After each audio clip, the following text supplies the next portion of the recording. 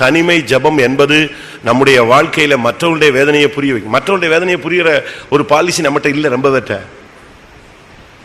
சில வீட்டில் பாருங்க, நீங்க மனைவி அழுதுகிட்டே இருப்பாங்க, ஒரு சிலர் சொல்லுவாங்க அம்மா அழுதுகிட்டே இருக்காங்க, அவள் அப்படித்தான் அழுதுகிட்டே இருப்பா, போடா வேலையை பார்த்து பாருன்னு பிள்ளைகிட்ட சொல்லிட்டு போயிடுவாங்க. இருக்கா? ஏம்மா அப்பா சாப்பிடவே இல்லை, அந்தாலும் சாப்பிடாட்டா கிடக்குறான் அப்படின்னு சொல்ற மனைவி என்ன செய்யுது இருக்கு. ஏன்னா அவங்களுக்கு எது தெரியாது, மற்றவங்களுடைய வேதனை புரியாது.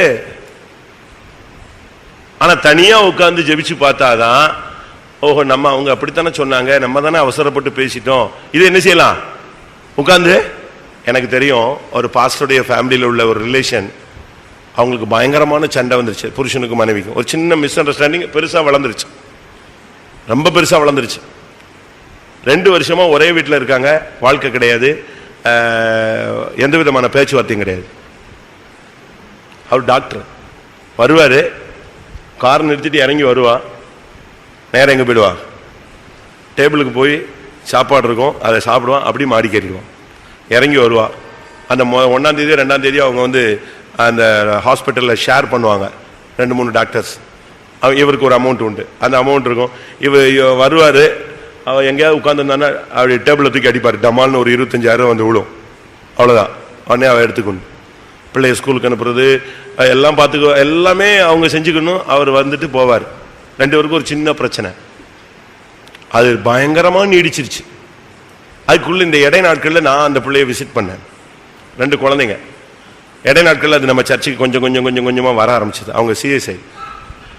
கடைசியில் ஒரு நாள் பூகம்பம் வெடிச்சிருச்சு, அவங்க அப்பா அம்மாக்கெல்லாம் தெரிஞ்சு. 2 வருஷம் கழிச்சு பொண்ணோட அம்மா அப்பாவுக்கு விஷயம் தெரிஞ்சிருச்சு. பயங்கரமான பிரச்சனை பண்ணிட்டாங்க. அன்னைக்கு இவங்களுக்கும் போய் பிரச்சனையை சால்வ் பண்ண முடியாம இவங்களும் போட்டு கத்தி சண்டையை போட்டு, இன்னும் 1/2 மணி நேரத்தில் என்ன நடக்குது பாரு அப்படின்ட்டு நேரம் எங்க வந்துட்டாங்க, சர்ச்சுக்கு வந்துட்டாங்க.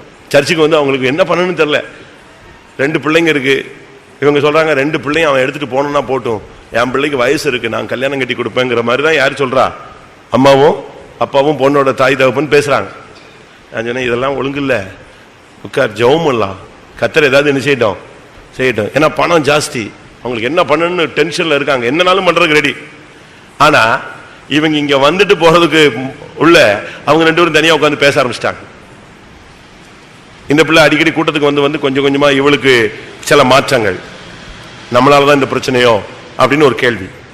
தன்னையே உட்காந்து சோதிச்சு பார்த்ததுல இவளுக்குள்ள நம்ம இதெல்லாம் செஞ்சிருக்க கூடாது, இதெல்லாம் அவசரப்படுத்திட்டோம், இது அவர் காயப்பட்டாரு அப்படிங்கிற ஒரு ஃபீலிங் வந்துருச்சு இவளுக்கு. அவர் உட்காந்து பேச ஆரம்பிச்சான். கொஞ்ச நேரத்தில் பார்த்தீங்கன்னா 1/2 மணி நேரம் கழிச்சு இவங்க வீட்டுக்கு போனா புயலை நெஞ்சிருச்சே, ஆஃப் ஆகி போச்சு. இவங்க 2 பேரும் போய் காரை விட்டு இறங்கி என்ன சொன்னான் எப்படின்னு கத்துனோடனே, டேடி நீங்க அமைதியா இருங்க, நீங்க கிளம்புங்க, 2 பேரும் நீங்க எங்க போங்க, வீட்டுக்கு போங்க. இல்லை என்ன நான் போன உடனே அடிச்சிட்டானா, ஏதாவது பண்ணிட்டானோ, உன்னை பயங்காட்டிட்டானோ அப்படி இப்படின்னு. ஒன்றும் பயங்காட்டல, ஏன் தப்பு தான், நீங்க போங்க, சால்வ் ஆயிடுச்சு. இன்னைக்கு வரைக்கும் நல்லா இருக்காங்க.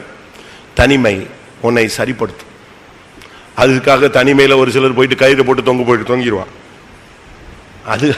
அது தனிமையில யார் வந்துட்டா, பிதா இல்ல, யார் வந்துட்டா, பிசாசு வந்துட்டான். உன்னையே விட்டுட்டாங்க, உன்னையே விசாரிக்க மாட்டாங்க, உன்னையே கண்டுக்கல, உன் கதை இவ்வளவுதான், நீ முடிஞ்சு போன கேஸு, நீ ஏன் உயிரோட இருக்க, தொங்கிடலாம, வெயிட் எவ்வளவு நேரம் வேஸ்ட் பண்ற அப்படின்னு பேசுவான்.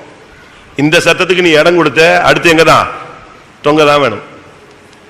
அப்படி இருக்கும். இயேசுவை விட்டு அந்த பிரசன்ஸை விட்ட உடனே யூதாசை யார் வந்து நிரப்பிட்டா, இன்னொரு ஆள் ஃபில் பண்ணிட்டான். ஃபில் பண்ணி தனியா கொண்டு போய் நெஞ்சிட்டான், தொங்க விட்டானே.